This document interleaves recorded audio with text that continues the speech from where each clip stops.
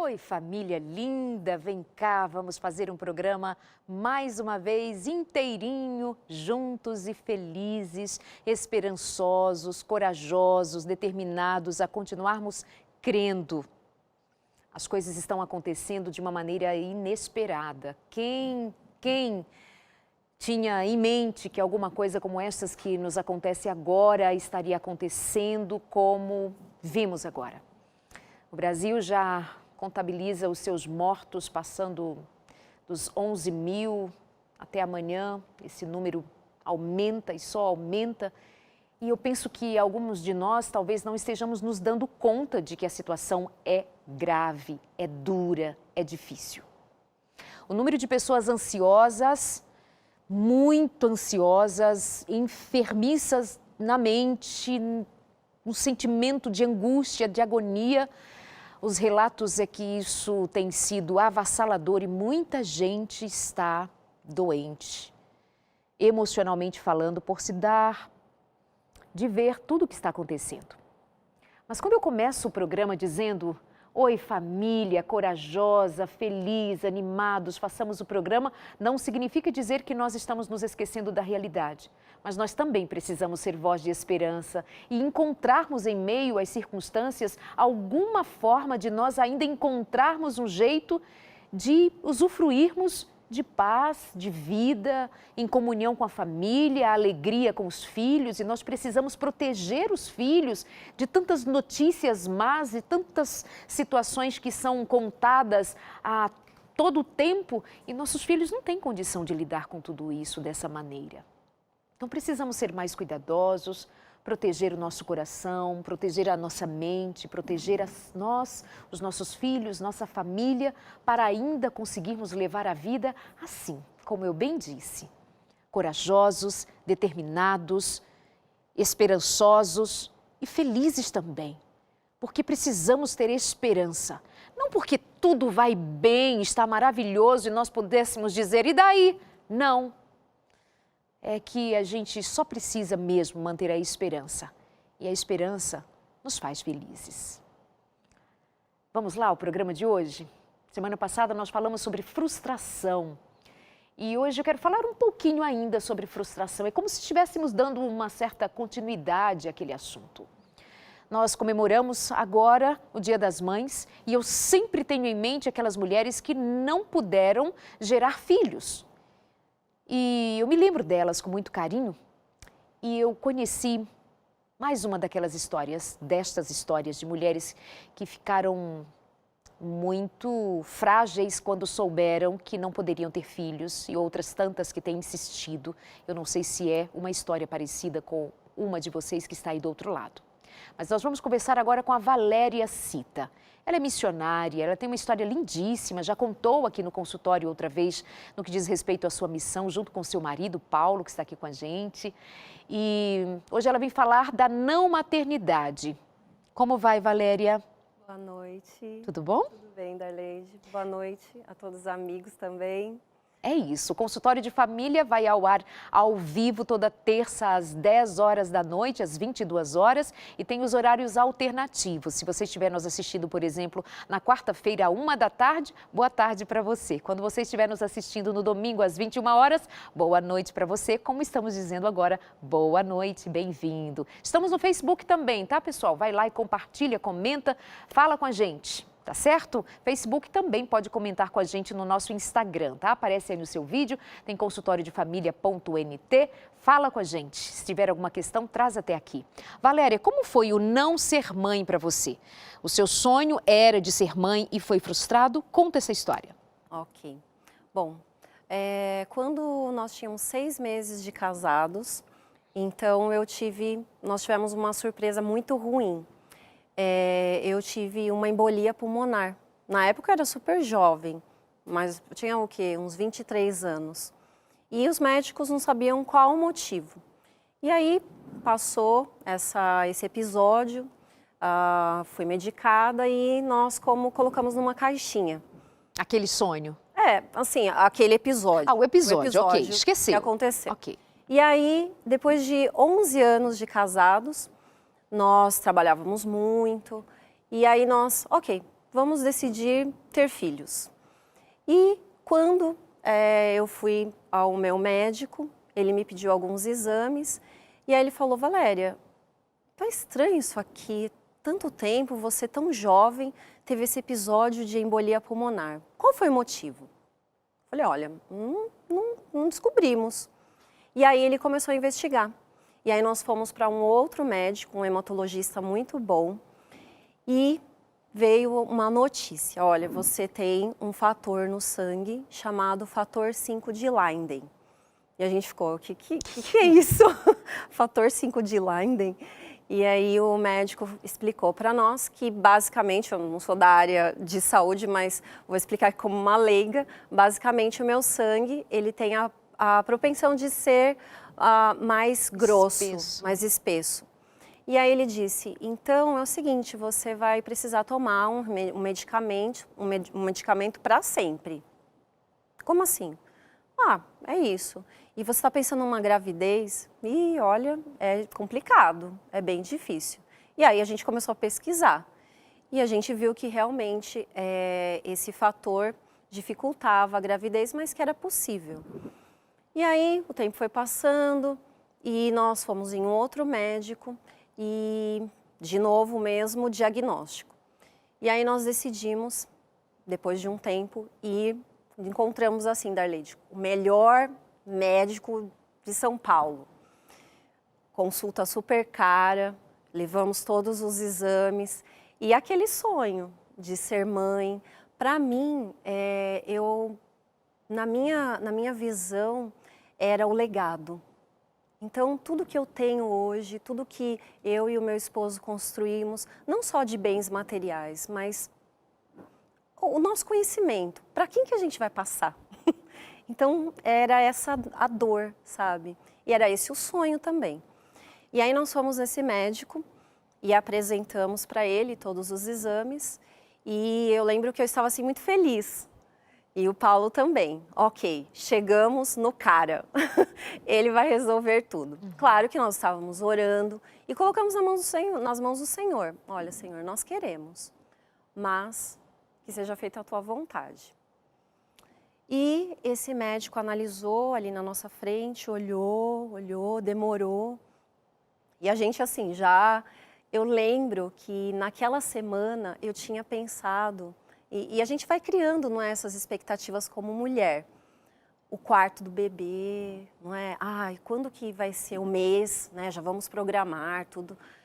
E aí o médico olhou e falou assim, olha, é o seguinte, eu estou vendo aqui pelos seus exames, pelos episódios que aconteceram. Então, as pessoas que estão assistindo, quem é da área de saúde sabe que uma embolia pulmonar, normalmente as pessoas não resistem a uma embolia pulmonar. E Deus me deu essa nova oportunidade. E o médico falou, olha, minha querida, eu não quero ser o seu médico, eu não vou ser o seu médico, não vou acompanhar o caso de vocês. E a gente assim, mas por quê? Como assim? Porque assim, o que vocês estão me pedindo pelos exames que você está me trazendo, pelo seu histórico, eu não quero te perder. E aí ele olhou para o Paulo e ele falou, eu imagino que você também não é? E a gente assim, chocado. E ele até usou uma comparação que para nós foi muito forte. Ele disse assim, é como se vocês estivessem pedindo para a gente fazer uma viagem. E eu fosse o piloto desse avião. Mas a gente sabe que vai ser uma viagem muito longa e a gente vai ter que atravessar o oceano. Eu sei que você não vai chegar lá. Talvez no começo, no meio ou no final. E então eu não quero fazer parte disso. Foi forte. E eu lembro que eu olhei assim para ele e falei, mas... Porque você vai dando os argumentos. Mas, doutor, o senhor não é o melhor? Assim, as pessoas que indicaram, você é o melhor. E ele, eu sinto muito. Se vocês quiserem, eu posso indicar alguns outros colegas, mas eu não.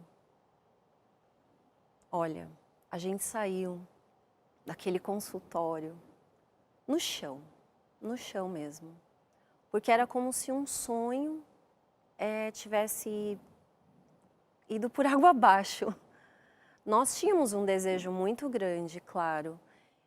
Eu pela maternidade, o Paulo em ser pai, e a gente sempre gostou muito de criança. A minha vida sempre foi a educação, a área de psicologia com criança. Uhum.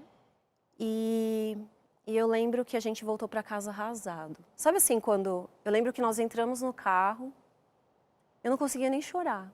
E a gente foi até a nossa casa em silêncio, praticamente em silêncio. E para digerir tudo aquilo foi um tempo de dor, não é, Darleide? Porque receber um não de Deus é muito sério.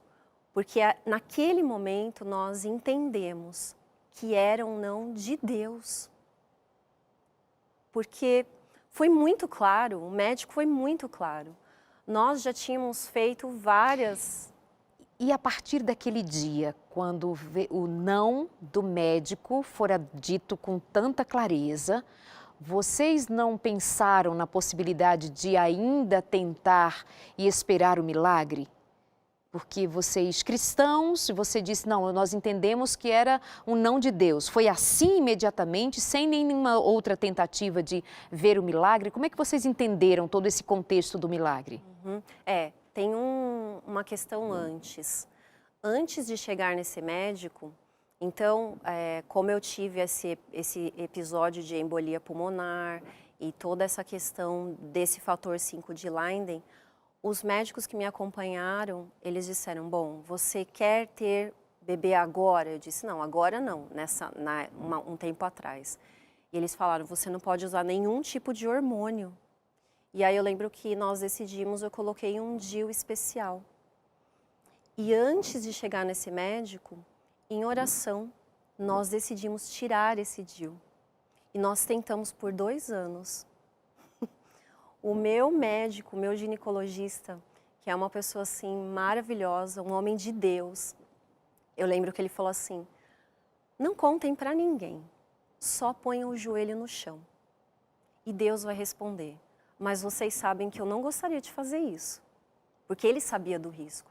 E em oração nós corremos esse risco. E 2 anos, Darleide, nós ficamos tentando. E não assim... veio, o que você entendeu, então, o que você entendeu naqueles 2 anos? Que a gente podia tentar um pouco mais. Foi quando nós fomos nesse médico. Tá, mas também dá para se pensar que naqueles 2 anos, se você tivesse engravidado, teria sido um risco que você teria enfrentado com a possibilidade de não terminar a sua gravidez. Sim, conversando com uma amiga, depois, não é, de todos... Ela falou algo assim que me marcou. Ela falou, Valéria, pensa bem, Paulo. Esses 2 anos foram 2 anos que Deus operou um milagre também na vida de vocês. De proteger vocês. De proteger. Aqui vem uma coisa muito interessante que eu acho super válido que a gente dê atenção. Muitas vezes nós ficamos muito focados no milagre. E nós nos esquecemos, porque não é nem que nos esquecemos, é que nós não nos damos conta, nós não percebemos, nós não temos visão a respeito do todo, porque nós estamos focados e porque somos de fato limitados. Mas a gente muitas vezes não se dá conta de parar e pensar que outros milagres me estão acontecendo, diferente do milagre que eu estou esperando agora. O que pode estar acontecendo nos bastidores que os meus olhos não conseguem ver? Como é que eu posso pensar a respeito daquilo que Deus está fazendo a meu favor? Eu sei, né, Valéria, nós sabemos que cada um tem a sua história. Cada mulher faz a sua tentativa, cada mulher tem o seu sonho. E tem muitas mulheres que investiram na possibilidade de ter um filho e que alcançaram o resultado. Mas há também aquelas outras tantas mulheres que até hoje guardam aquele sentimento, uma frustração, não deu. Por que Deus não me ouviu? Por que o milagre não veio? É neste momento que eu te faço uma pergunta. Você já parou para pensar que outros milagres podem estar acontecendo nos bastidores da tua vida, nos bastidores da graça de Deus? Aqui é uma questão a se pensar e agora o tempo passa e vocês agora têm o diagnóstico, naquele momento, têm o diagnóstico de não, mãe, não será pai, dói. Vocês tiveram que agora pôr o pé no chão e encarar a realidade. E aí vem algo muito bonito na vida de vocês. Dá para contar num tempo tão curto? Claro, vamos resumir. Só uma questão interessante, sabe, Darleide, que eu perguntava muito para Deus, assim, quando eu olhava outras mães com outros filhos, por que ela e não eu? Então eu sempre pensava isso. E depois eu fui entender, e assim, várias situações aconteciam, crianças perdidas no supermercado, era sempre perto de mim. Coisas que aconteciam com crianças que me doía, sabe? Crianças sem cinto de segurança. E eu olhava, mas por que ela e não eu? Olha o que ela está fazendo de errado. Eu cuidaria desse menino. Eu cuidaria, eu seria bem melhor. Então, eu percebi que eram setas de veneno, sabe, no meu coração, pela dor que eu sentia também. E Deus foi me curando, foi um processo de cura. E aí a gente chega nesse ponto. Quando nós caímos na real, nós entendemos que era um não de Deus. Até hoje nós sabemos que quando, e a gente tem isso muito no nosso coração, quando Deus ele fecha uma porta, tenha certeza que Ele abre milhares de outras. E foi isso que Ele fez na nossa vida. Nós fomos, uma longa história, não é? Fomos fazer uma missão. E onde era essa missão? Do outro lado do mundo. Bem ali, na Índia. Do lado. Lá na Índia, em Calcutá. Na verdade, nós estávamos a 2 horas de Calcutá, nas vilas. E onde? Num orfanato. Ai, ai, ai, ai, ai. Eu lembro que eu e o Paulo combinamos assim, olha, vamos combinar o seguinte, a gente não pode, nós não podemos nos envolver muito com as crianças, porque a gente vai amar muito as crianças e a missão basicamente é de 1 ano, 2 anos, e é melhor não nos envolvermos. Darleide, impossível. Quem que vai para um orfanato e não se envolve? 3 dias depois, a gente já estava amando aquelas crianças. E foi assim, realmente uma experiência que mudou a nossa vida para sempre, para sempre. Mudou os nossos valores. Eram 53 crianças, entre crianças e adolescentes, mas a maior parte deles crianças pequenas. E quando nós estávamos lá, de verdade, nós fizemos com aquelas crianças tudo o que a gente sonhava em fazer com os nossos filhos. Então, assim, eu sempre sonhei em tocar flauta com a minha filha. Eu sempre sonhei em tocar flauta com meu filho. A gente pensava basicamente em 2 filhos, no máximo, não é? E sempre sonhei em ensinar, estudar a Bíblia. O Paulo gosta muito de fazer pipa. Então, a gente tinha esses sonhos para 2. No máximo. E Deus nos deu 53. E vocês cuidaram deles, instruíram. E como é que muitos deles te chamam até hoje? Eles nos chamavam lá de Miss Valéria e Sir Paulo. Então, era até interessante porque normalmente na nossa cultura você vai na casa de alguém, bate na porta lá, né, faz o barulho batendo na porta. Lá não, lá é knock knock. Então eles falam, knock knock Miss Valéria, knock knock Sir Paulo. Darleide, era um knock-knock de manhã até a noite. Porque eram muitos filhos. Sim, eram muitos. E para nós era uma felicidade aquilo. E aí, vamos mostrar aqui algumas fotos deles. Israel, seleciona aí pra gente, principalmente os meninos, os grupos, assim, os meninos e meninas, claro.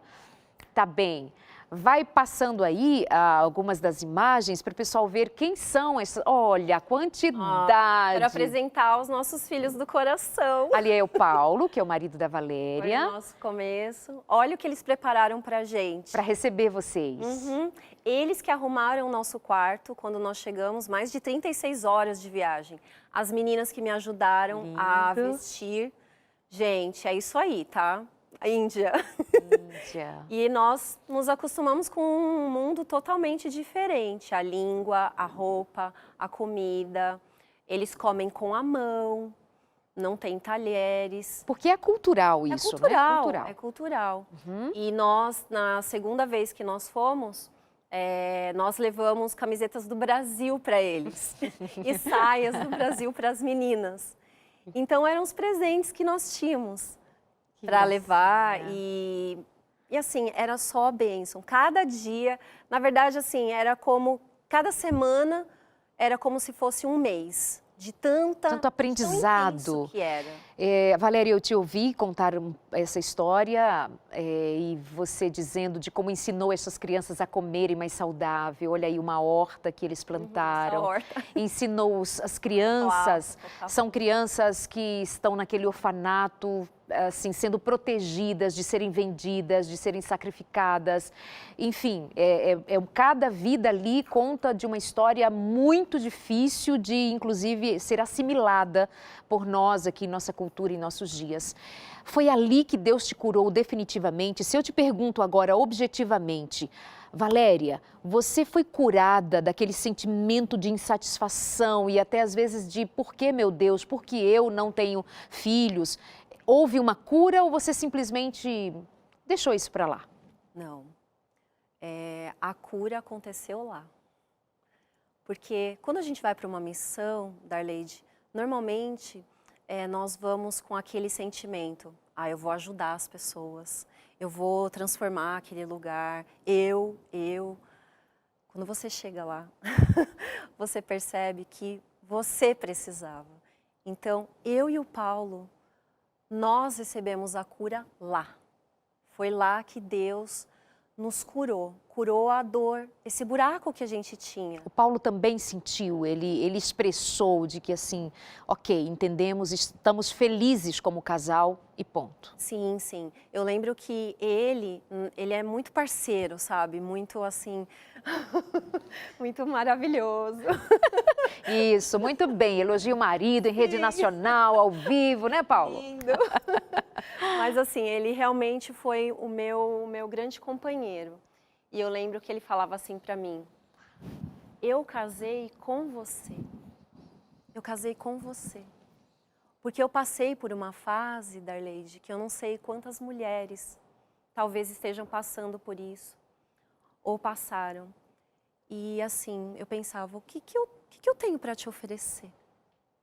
Eu não tenho filhos, eu não vou poder te dar filhos. E aí começa aquelas coisas, não é? Aquelas setas de veneno. Será que um dia ele vai embora? Será que um dia ele vai me deixar? E ele repetia muito isso para mim. Então, ele é assim, uma pessoa que, um marido que entendeu que repetir isso para mim era importante. Ele falava, eu te amo, eu casei com você, foi com você, e eu não quero te perder, eu não quero que você corra o risco. Então, ele me apoiou. Mas é claro que eu sabia do desejo dele também. E eu vi o desejo dele acontecendo lá na Índia. A forma como ele se envolveu com as crianças. E assim, hoje é terça-feira, todas as terças-feiras, às 4:30 da manhã, a gente conversa com eles. Porque a gente, em inglês a gente fala, mentoring, a gente faz mentoria com eles, com alguns deles, os maiores. E hoje, uma das mocinhas falou assim, Miss Valéria, o Sr. Paulo melhorou? Porque ele estava meio doentinho esses dias. Eu falei, melhorou sim. Então a gente quer falar com ele domingo. Então eles ligam nos nossos aniversários. São os nossos filhos do outro lado do mundo, os nossos filhos do coração. Nossos filhos espirituais. Quando você diz que faz mentoria, faz aconselhamento, instrui, ensina, ou seja, faz um papel materno e paterno muito especial. Sim. Que bonito isso, Valéria. Deus nos deu todas as idades. Então tinha os pequenininhos, tinha os maiores. Um deles começou a namorar, então ele conversa comigo e com o Paulo. Valéria, então vou te perguntar, a mesma coisa, só que com outras palavras. Você é uma mulher feliz, realizada, vocês são um casal feliz, realizado, mas especialmente você enquanto mulher, porque é doído por todos os elementos que compõem essa história. O marido que não tem filho, ou seja, não pôde ser pai, você, seu sonho. Eu te perguntei sobre a cura, você disse sim. Agora eu pergunto, você é uma mulher feliz, realizada, apesar da não maternidade? Sim, amém, sou. Eu não vou mentir, sabe, Darley, de dizer que em alguns momentos, quando eu vejo um bebê, por exemplo, não é? Ou eu vejo alguma cena, assim, alguma coisa acontece. E às vezes, sabe, quando bate assim, ai, e se fosse eu? Mas não dói mais. É como se fosse uma cicatriz, que antes eu abria. Toda hora eu abria, toda hora eu mexia. Mas Deus foi me ajudando a só olhar para ela e seguir a vida. Porque Deus nos deu uma missão. Então, quando você tem um propósito, quando Deus abre uma porta com outro propósito, Ele cura. Ele tem o poder dessa cura. Que lindo. Quero dizer para o pessoal que, Israel, põe na tela aí para a gente os contatos, os canais, onde a gente pode ver mais o trabalho da Valéria. Ela está no YouTube, eles têm um projeto missionário, a vida de missionários dele continua. Eles foram ser missionários numa escola de saúde nos Estados Unidos, estão numa escola de saúde aqui no Espaço Viva, em São Paulo, em Jacareí, bem pertinho da gente aqui. A vida de missão deles continua. Eles não vivem para si, eles vivem de fato para o reino. Eles vivem para servir, para ajudar, para ensinar, para instruir.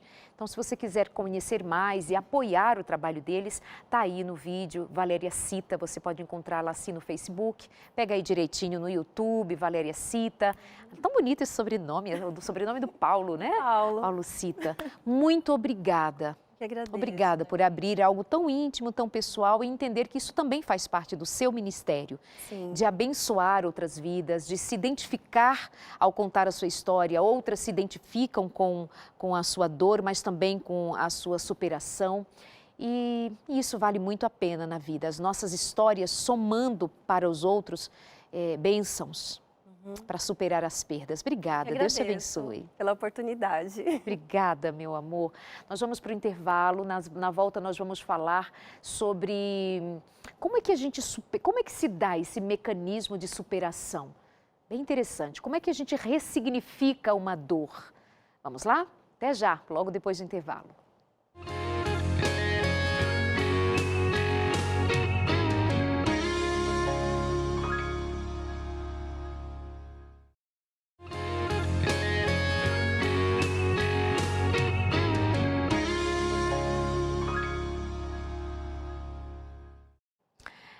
Revista Entre Família para você. Olha esse tema aqui que legal, que incomoda muita gente, muitos casais. Vê se pega aqui, ó. Isto aqui, ó. Homens de barro, mulheres de osso. Isso já indica que nós vamos falar aqui nesta lição da Revista Entre Família sobre as diferenças entre homens e mulheres e como isso implica em algumas dificuldades vividas nos relacionamentos. Então, como é que você faz para ter a Revista Entre Família? Entre em contato com a gente agora pelo nosso WhatsApp. Nosso WhatsApp é assim, 98100-1425. 98100-1425. Nosso DDD é o 12. Então, você manda uma mensagem dizendo, eu quero a Revista Entre Família, que o consultório de família está oferecendo, que a Darley disse que é ótimo, e acredite. Está aí no seu vídeo, tá fixo para que você possa com o tempo anotar. Pode também em horário comercial ligar para a gente, o 12 21 27 31 21, mas é tão rápido, tão prático mandar a sua mensagem no WhatsApp e a gente pode mandar para você inclusive o link para que você tenha acesso sem precisar que nós enviemos para você pelo correio. Você pode receber pelo correio, mas pode também fazer online e a gente diz tudo para você como funciona direitinho, tá bem? Pessoal que está acompanhando a gente no Facebook pode pedir também, basta entrar em contato 12 981 8100-1425. Um beijo para todo mundo que está acompanhando a gente, usando as redes sociais, contando um pouquinho das suas histórias. Estava lendo aqui a história de uma mãe, especialmente, contando do seu relato da não maternidade. É isso, é duro, é uma frustração, mas é aquilo na vida, né, gente? A gente, como eu bem disse no bloco anterior, há aquelas mulheres que tentaram e deram o seu melhor e conseguiram. Outras mulheres fizeram o mesmo movimento, não conseguiram. Há outras mulheres que disseram, não quero, se não tive filhos naturalmente, não vou me submeter aos tratamentos. Cada uma tem a sua história, cada casal precisa viver a sua experiência, se respeitar, respeitar seus sonhos, seus desejos, sua condição, a sua habilidade para se lançar no desafio de uma tentativa e outra de ser mãe. Tudo é válido. É como disse o poeta, tudo vale a pena quando a alma não é pequena. Agora, quem determina o tamanho da sua alma, a estatura, a grandeza de quem você é, dos seus sonhos, dos seus planos e especialmente a sua convicção em Deus, só pode ser avaliado por você. É você quem dá o tamanho dessa relação, é você quem se submete ou não a esta ou aquela situação. É assim que funciona. Nós estamos aqui com a proposta hoje só de fazer-lhes pensar que muitas vezes também entender um não é o tamanho de um grande milagre. Aceitar e não se revoltar, aceitar e tocar a vida, continuar produtivo, não se amargurar, não causar com isto um dano para o resto da vida, não desfazer a conjugalidade. Tem tantos milagres envolvidos, está em suas mãos. Nós estamos aqui só colaborando para que tenha esperança, quer tendo filho, quer não tendo filho. O que vale a pena é viver cada dia o que a vida nos tem para oferecer de outras maneiras. Tá certo? Então fica aí a dica para você pedir o curso bíblico, para que você estude mais, se instrua mais sobre família. E aos que não têm filhos, a revista serve do mesmo jeito, fique muito à vontade, tem muitos temas interessantes, especialmente da conjugalidade também, tá bom? Vamos continuando aqui. Nesta segunda parte do programa, eu quero falar sobre como é que a gente supera então uma dor. Aquele foi o caso da Valéria. E o seu caso, e a sua história? E esta história aqui, olha, que eu compartilho com você agora.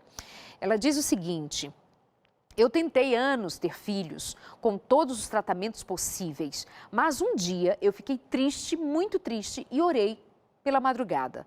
E Deus me disse, em sonho, o resultado que ela iria buscar amanhã no laboratório. E ela entendeu, naquela madrugada, que o resultado seria não. Ela não estava grávida mais uma vez.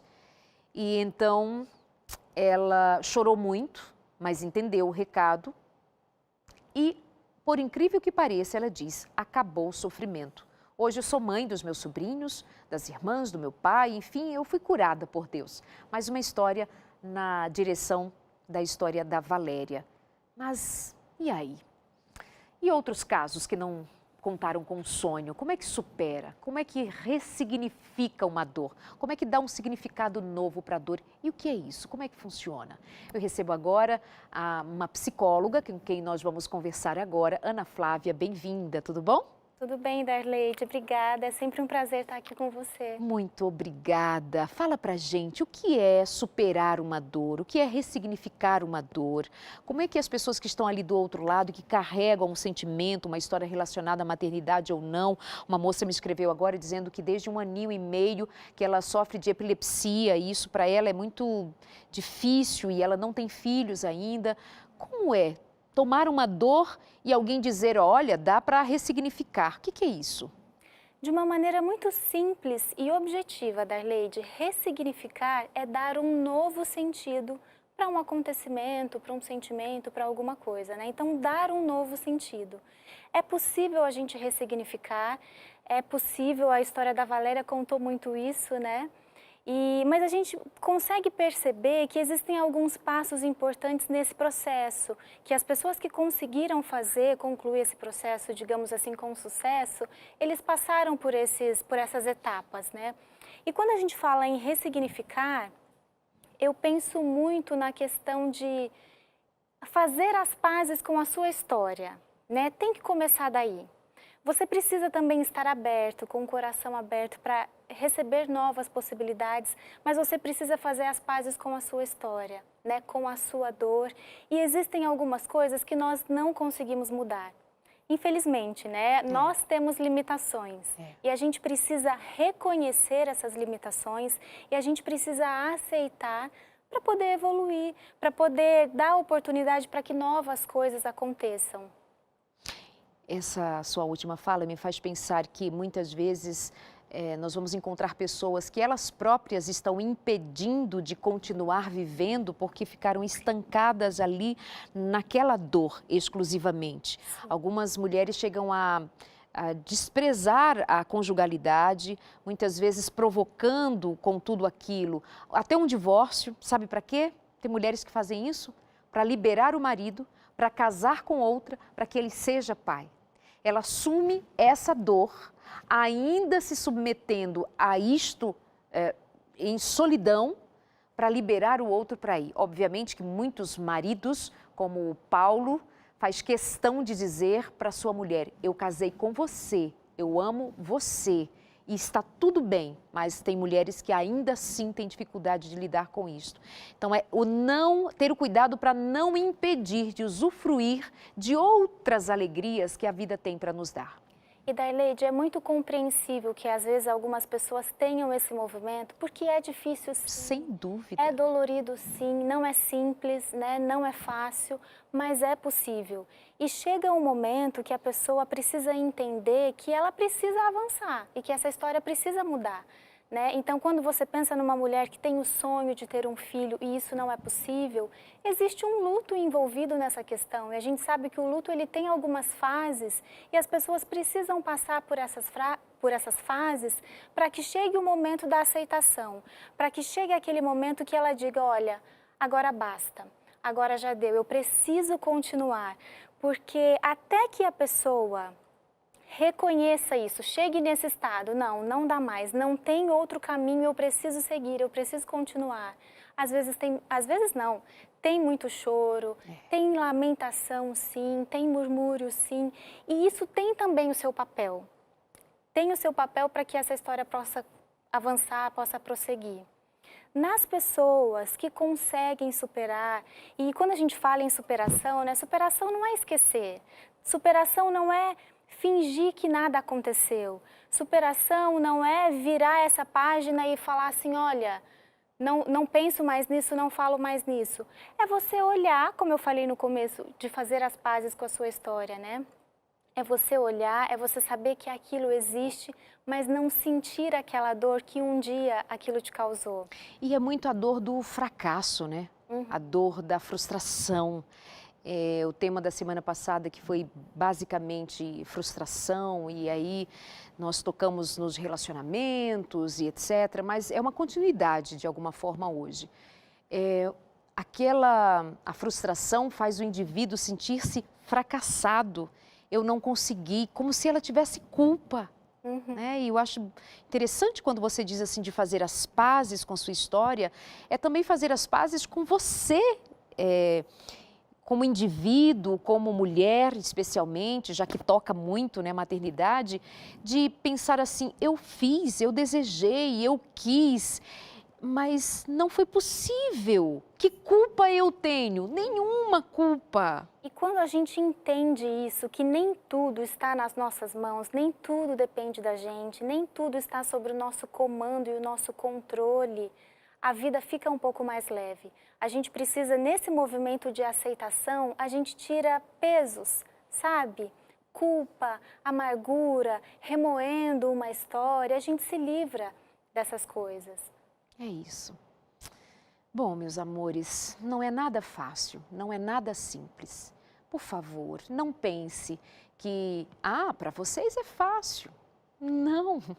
Nós acabamos de ouvir uma história de uma mulher que hoje diz ser feliz, estar curada, mas dentro de um processo, dentro de uma caminhada, de uma jornada, onde foi preciso passar por estas fases de uma certa raiva, de olhar para os filhos dos outros e pensar por que ela tem e eu não tenho, de pensar tanta coisa e às vezes mesmo chorar e brigar com Deus. Tudo faz parte, né, Ana? Sim, Tudo faz parte. E você falando, eu estava pensando também, Darleide, quando a gente se coloca e permanece nessa posição de vítima, a gente não consegue fazer muitas coisas. A gente está nessa posição de vítima, a gente está ali passivo, como que recebendo, né, todas as coisas, e a gente precisa escrever a nossa própria história, a gente precisa redefinir metas, a gente precisa procurar novos caminhos, e nós somos agentes disso. Não dá, é claro que a vida também surpreende, né, Sim, de vez em sim. quando, e é claro que coisas podem acontecer sem você planejar, digo no sentido positivo, mas a gente também precisa ir em busca, a gente também precisa ir atrás, né? E quando, pensando na história da Valéria, quando ela fala com tanto carinho a respeito da missão que deu a ela e o esposo tantos filhos, né? Eu penso que talvez ela não imaginasse. Na cabeça dela, ela planejava ter 2 filhos, hoje ela tem 53, né? Olha só como é mais abundante isso, né? É preciso dizer que, assim, nós não temos o controle da vida, nós não sabemos de todas as coisas. E que a chave da experiência da gente, para que ela não seja rígida, mas pelo contrário, que a gente permita que essa vida nos possibilite experimentar daqui e dacolá uma dor, uma alegria, uma perda, um ganho, uma frustração, uma realização. A vida é assim, de ganhos e perdas. Eu penso, por exemplo, em termos de não realização, e que traz grande sofrimento, especialmente para mulheres, não casar. Quantas vezes mulheres me escrevem dizendo, Darleide, já tenho 45, 47, enfim, várias idades. Tudo bem que já tem umas de 20 e pouco, infeliz da vida, porque não casou ainda, né, minha gente? Menos. Mas há outros tipos de frustrações, há outros tipos de perdas, há outros tipos de tristeza. Mas, meus amores, se nós sentarmos sobre a dor, qual é o nosso ganho? Já não basta que não tenha havido a possibilidade de ser mãe? Agora você senta sobre a dor e perde todas as outras possibilidades de realizar, de fazer acontecer e de, inclusive, ou sobretudo, fazer outras pessoas felizes, realizar sonhos de outros, ajudando, estendendo a mão, acolhendo, fazendo bem. Vai sentar sobre a dor? Vai sentar sobre a dor por não ter casado, por não ter realizado isto ou aquilo? Eu sei que dói. Você acha que eu tenho tudo na vida? Flávia, você tem tudo na vida, né? Não tem. Não tem? Adoraria dizer que sim, mas não tenho. Será que todo mundo aqui tem o que gostaria de ter? A gente não tem. Eu vou dizer para você que eu achei que foi normal, que está tudo bem, que eu tenha enterrado um filho? Não. Eu não esperei que eu casaria, primeiro que eu aceitaria Jesus como Senhor e Salvador. Então, aceitar a Jesus como Senhor e Salvador, pronto, é abrir os portais do céu, cair um pozinho de pirlim-pim-pim, então todos os milagres estão disponíveis para mim. Não é assim que funciona. E Darleide, ainda bem que a gente não tem tudo aquilo que a gente quer, né? Assim, que a gente não tem uma vida plenamente feliz. Se a gente, no sentido assim, quando a gente pega, por exemplo, numa linha psicanalítica, por exemplo, Freud falava muito, a falta, ela é importante porque é ela que causa o movimento, né? Ela que gera o movimento, e o movimento é vida. Então, a gente precisa ter o suficiente para ser feliz, para viver. Enquanto você falava, eu também ficava pensando, né? Às vezes a gente faz aquela nossa listinha, aquele planejamento. Não, eu vou ser feliz quando eu me casar. Eu vou ser feliz quando eu tiver o meu emprego. Eu vou ser feliz quando os meus filhos nascerem. E a gente precisa ser feliz agora, na situação que a gente está vivendo. Porque, e quando isso não acontece? A vida vai parar? A vida não pode parar, a gente precisa continuar. Então, a gente precisa tomar muito cuidado com essa questão das idealizações. Idealizar é diferente de planejar. Planejar a gente precisa, planejar, sonhar, mas a gente precisa tomar cuidado com as idealizações e com as expectativas muito grandes, porque elas também podem gerar frustrações muito grandes. E quando eu ouço a história da Valéria, em alguns momentos eu até anotei algumas coisas importantes aqui. Na história dela houve um processo de aceitação. Para que esse processo acontecesse, na história dela foi fundamental a questão da fé. Ela fala muito em Deus, né? Ela fala que ela aceitou aquele não como uma resposta de Deus. E sabe, Darleide, hoje a ciência tem se interessado muito por isso, por essa questão da espiritualidade e o quanto que aquelas pessoas que têm uma crença, que executam essa espiritualidade, elas se recuperam mais fácil de um problema de saúde, elas conseguem superar melhor os problemas da vida, sejam as perdas, acidentes, enfim. E o quanto que isso é algo realmente importante, realmente necessário e faz a diferença. É isso. Faz a diferença. Marli, um beijo para você. Marlis colaborando aqui com a gente, dizendo que ressignificar a dor é dar a chance de Deus mostrar o milagre sobre outra perspectiva. É isso. Uma outra seguidora diz assim: oi, Darleide, eu creio que a adoção seja uma alternativa. E é mesmo. É uma alternativa e muito bem-vinda para muitos casais, para muitos que podem contar de histórias muito bonitas na adoção. A gente só não pode romantizar a adoção. Primeiro que adotar não é fácil. A fila para a adoção é imensa.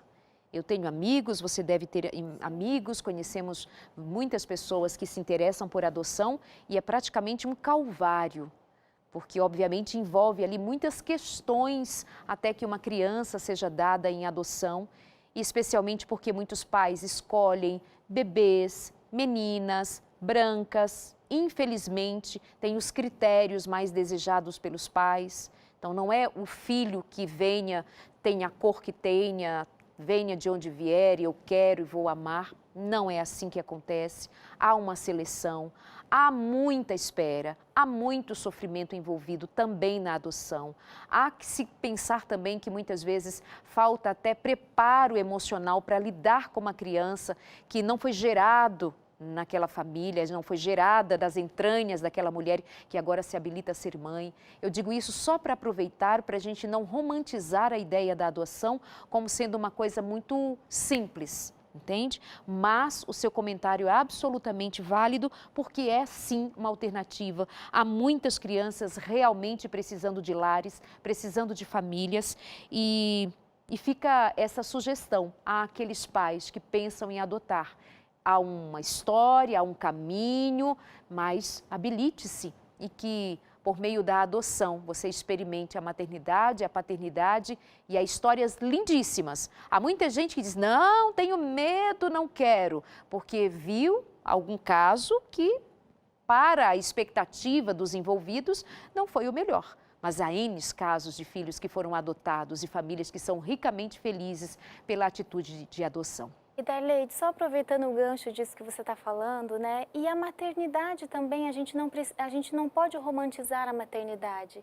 E quantos filhos biológicos seguem por um caminho que os pais não concordam? Exatamente. Né? Eu li não faz muito tempo um livro que me tocou muito, chama O Acerto de Contas de uma Mãe. Em 1999, em Columbine, teve um massacre que foi um dos maiores massacres da história e ele foi escrito pela mãe de um dos adolescentes que estavam lá.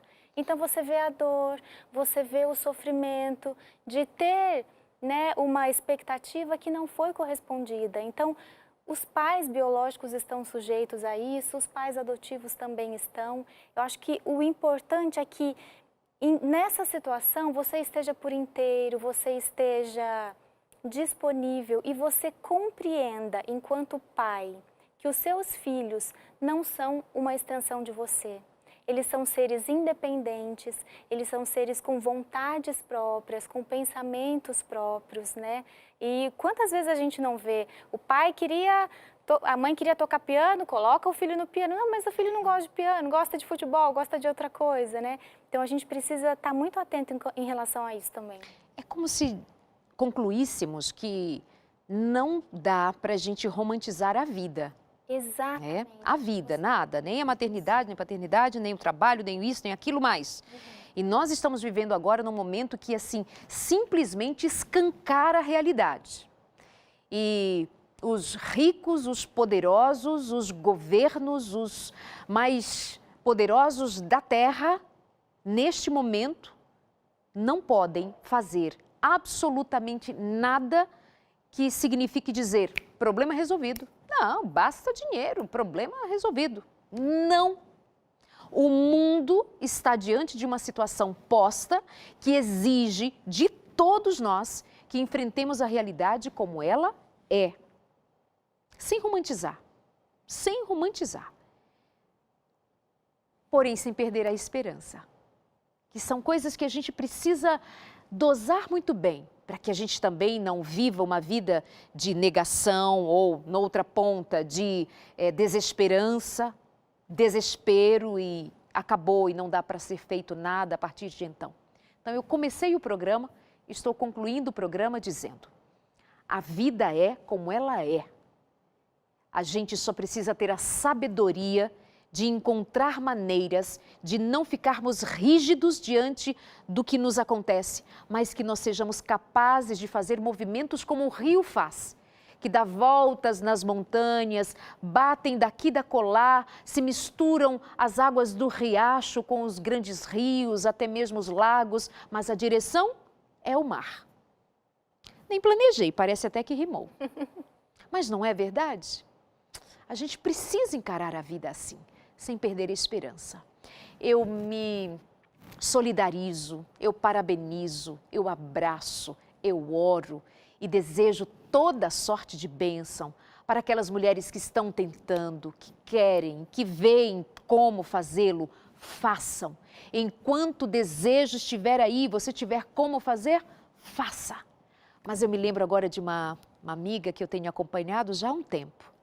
E ela está partindo para a terceira tentativa de ter um filho. E eu sempre estive com ela toda essa jornada. E eu disse, correspondendo àquilo que ela me trazia sempre, de dizer: você ainda tem vontade de tentar? Ela diz: tenho. Então tente, porque tem uma outra dor na vida que é terrível, é a dor do arrependimento. Ah, se eu tivesse feito. Ah, se eu pudesse ter tentado. Ah, por que eu não fiz? Quando o tempo passar, passou. Enquanto você tiver esse desejo e houver possibilidade, faça. Mas quando todas as possibilidades, como aquele grande especialista, aquele grande homem no diploma, na ciência, no conhecimento, disse: Valéria, Paulo, é não, eu não. Eles entenderam: o que eu faço com esse não? Sento sobre ele ou vamos ver outras formas de viver? E foram viver. Foram parar na Índia e de lá tantos outros lugares. E tudo isso foi processo, até que pôde experimentar olhando um para o outro. Nós estamos curados. E Darley, É assim. você fala de esperança, né? E você também falou de coragem. E a gente vê na história do casal, é preciso ter coragem para sair daqui. Para ir para a Índia também, né? Uma cultura diferente, tudo diferente, é preciso ter coragem. E a gente falou muito sobre essa questão da maternidade, né? Baseado na história da Valéria. E sabe, Darleide, eu sei que o seu programa tem um alcance muito grande, ele abençoa a vida de muitas pessoas. E pode ser que a gente esteja falando para alguém, e eu queria falar ali, olhando para essa pessoa, pode ser que a gente esteja falando para alguém que está com o ventre vazio, mas eu queria dizer que o coração cheio de amor, o coração cheio de esperança, o coração cheio de coragem, ele também gera vida, e essa vida pode ser gerada através de você. Que lindo, obrigada, viu? Eu que agradeço. Deus te abençoe, obrigada pela participação, por nos fazer pensar que é possível, que dá para dar um novo sentido a uma dor, que dá para ressignificar, que dá para recomeçar com fé, com esperança e coragem. Obrigada. Obrigada, Valéria. Obrigada, Paulo. Obrigada a você aí de casa também. Obrigada pelo carinho, por nos emprestar seu ouvido, nos dar o seu coração para nos ouvir. àquele que está precisando desta mensagem, carecendo de uma palavra de ânimo, de fé. Aqui estamos nós, com muita simplicidade, um jeito como se estivéssemos sentados aí na sala da tua casa, mas conectando o nosso coração ao seu. Ao mesmo tempo que dizendo a realidade é esta, não nos esquecemos de dizer, tenha esperança, tenha fé e coragem, não sente em cima da dor, levante-se e adore a Deus, o Senhor da vida, a vida em abundância, e nós, não somente num ventre que gera vida, Deus gera vida em todas as partes, na sua mente, no seu coração. Beijo, até a semana que vem. Deus te abençoe. Tenha fé e coragem. Deus é contigo. Tchau.